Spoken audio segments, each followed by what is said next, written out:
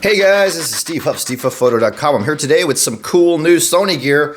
The UPS guy seems to just come to my house every day, or at least every other day, and half the time I have no idea what's arriving.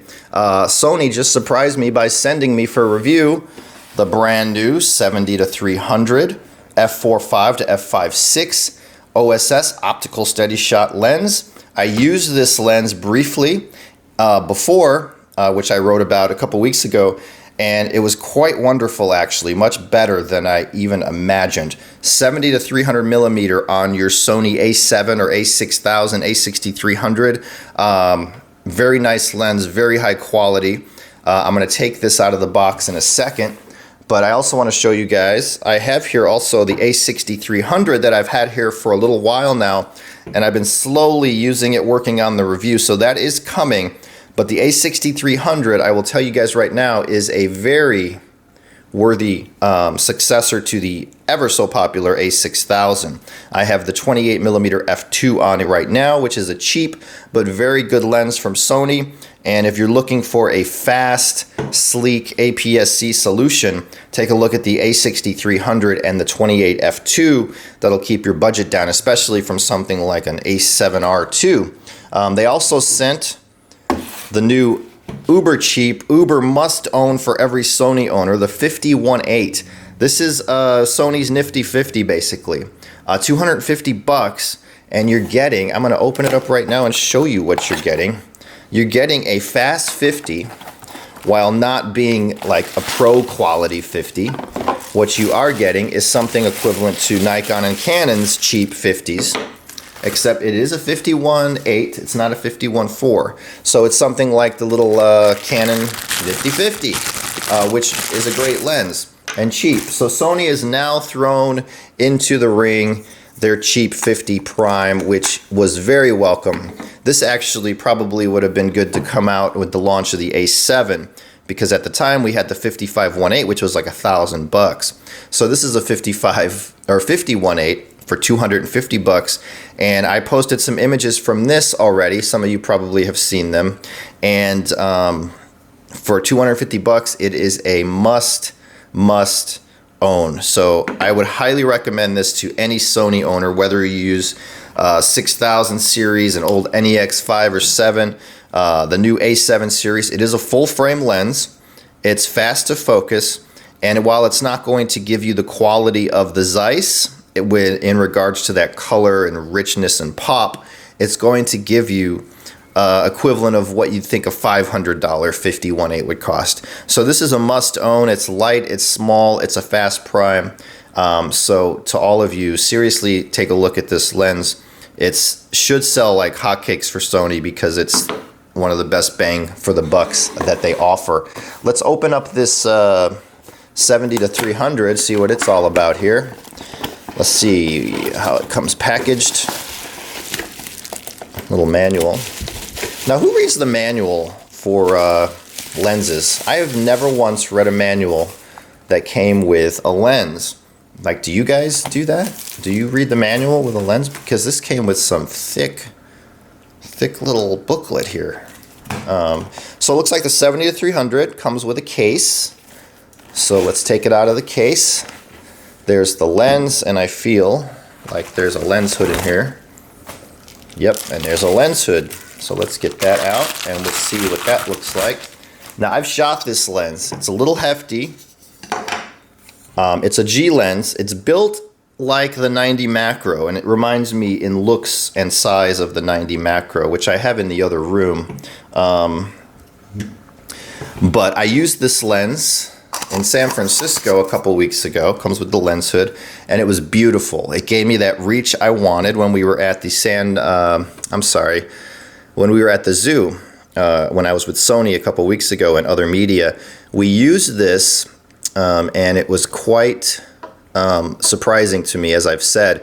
Getting that reach and getting the quality while you're at that reach was quite nice without having to spend, you know, $3,000-$4,000 on a telephoto.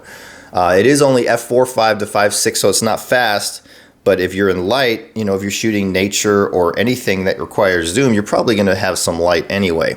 So you have your AM or AF MF, autofocus, manual focus switch right here on the barrel. Your limiter, your distance limiter there. If you want to get close up, you push it over to the up to 3 meters. If you want the full range, you hit the full. That'll be for faster autofocus. Optical Steadyshot, on or off.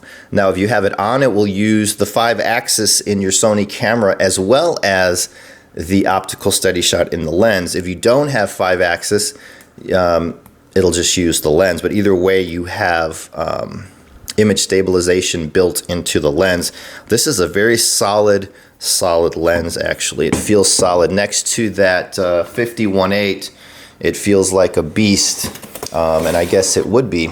Now here we have the Sony G Master 24-70. This, my friends, is a beauty. This is Sony's professional line, and boy, you could tell it's heavy. I don't want to drop it. But the red G stands for G Master, which is the name of their pro line now. And this is a full frame lens, 24-70. f2.8 zoom. I mean, people have been asking for this for quite a while from Sony, and now it's delivered. And I see people bitching and moaning about it's too big, it's too heavy, it's expensive. First of all, it's right in line with the Nikon and Canon. It's a little smaller. It's smaller than the Nikon. I believe it's a little smaller maybe than the Canon, but the point is it's less expensive, I think, a little bit than either of those. But here's the really important part. The body that you put it on, something like an A7, or even if you want to be courageous and use an A6300, the bodies are much, much smaller than a DSLR. So while yes, these lenses are big, if you want pro quality, if you want that stunning image quality, this is what it takes to build a full frame lens with autofocus inside. It takes this size. It doesn't matter. If you're making full frame, your lenses are not going to be tiny unless you're Leica and you don't include any autofocus motors or anything fancy in the lenses. So anyway, this quality of this lens, for me, now I've slightly used the Nikon and Canons on their bodies, the 24-70 2.8, and for me, this delivers even better results, in my opinion, because the color is outstanding. The sharpness is outstanding. Throughout the range, you don't see distortion or issues. The 24-70 right here is stunning. And if you're into that type of lens, then you might want to look at that. If you don't want to pay this price or get this size, Sony makes the 24-70 f4, which is like, comes up to here. And it's not nearly as good a quality as this, though. It's more flat. The colors are duller. It's not in the same league as this. You also have the old 28-70 kit zoom, which came with the old A7s, but this blows that out of the water in each and every way. So if you're into a 24-70, it doesn't really get much better than this for full frame. This is the G Master. Where's that red G? Right there. 85-1.4, the classic portrait focal length. Oh, and these G Masters do come with cases, professional cases, and hoods. They're in another room right now, I believe, and I forgot to bring them out. But this lens, my friends, I've used every 85 fast prime from Zeiss when they had the 85 for like a M mount, Canon 85-1.2L lens, the 85-1.8, Nikon, the legendary 85-1.4 Cream Machine. I've used them all, and this 85-1.4 is, while not as mystical as that Canon 85-1.2 with the bokeh and the rendering, this is the sharpest, crispest, best color output 85-1.4 I've ever seen. It's short and squat and fat, kind of like a Noctilux-ish, but a little bit bigger. But man, the quality of this lens is stunning. I can imagine wedding professionals, portrait studios, portrait photographers drooling over this if you shoot a Sony A7 system. This with the A7S2 or A7R2 is going to deliver just as good as it gets results. I mean, there's not one flaw I found with the 85-1.4 G Master. It's that good. And man, when I send this lens back, which I have to in a few days, I am going to miss it. And one day I'm sure I will own it. I just have to save up the money for it.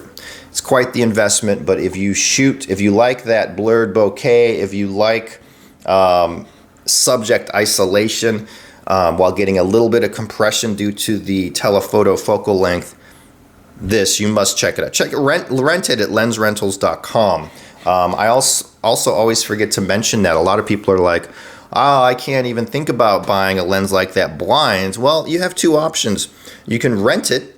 I use lensrentals.com. I rent stuff from there every couple of weeks, but I can say right now that this lens is as good as it gets in an 85-1.4. This lens is as good as it gets in a 24-72.8. This lens is just as good as those nifty 50s of the Nikon and Canon world, and $250. It's about time we needed that. The 70-300 adds some more versatility by giving us a huge zoom range, which is even bigger if used on a crop sensor. And I think this comes in, I'll put the price in the video if I remember when I go to edit this. I think it's around $1,200-1,300. I'm not exactly 100% on that.